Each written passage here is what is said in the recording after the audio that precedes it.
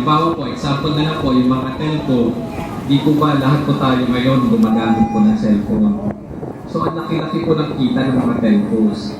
So magpapasa po ng batas ang CONSA Party List na hihikayatin po itong mga malalaking negosyo o mga negosyante na maglaan po na maski bahagi lang po ng kinikita nila, maski 5% lang po, mailaan para po sa pondo na susuporta po sa mga proyekto na magpapabuti po sa ating masang Pilipino.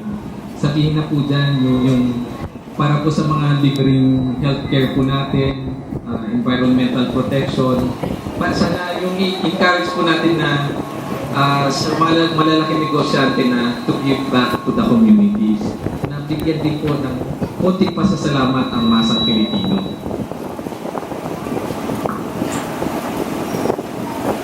Sunod din po, ay hindi rin po nakakalimutan ng CONSA Party List ang ating mga manggagawa. Alam po natin na ang mga manggagawang Pilipino, sila po ang bumubuhay din sa ating